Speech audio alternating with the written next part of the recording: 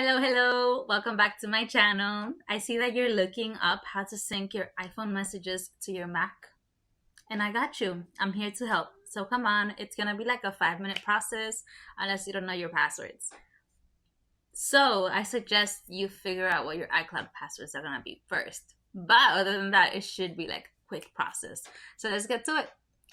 First step we're gonna do is log into our iCloud account.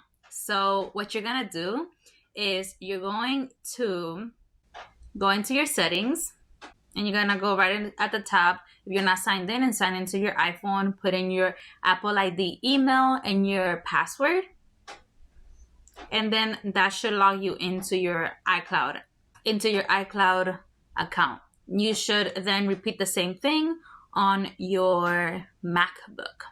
And that is all for signing into your iCloud.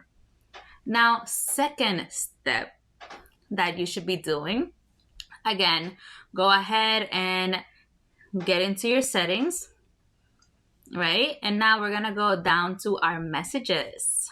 So right here where it says messages, click on that.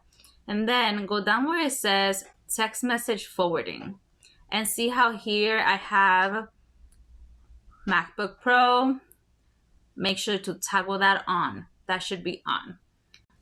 Now for your last step, all you have to do is go onto your Mac and do this. Go into your messages and at the top, go to settings.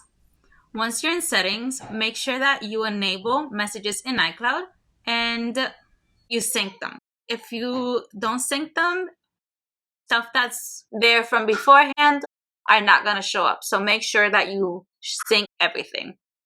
And that should be all.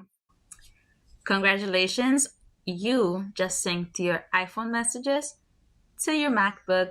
I hope this video was helpful. If you enjoyed it and it helped you, give me a thumbs up. If you like more content from me, subscribe. I'll see you soon. Bye bye.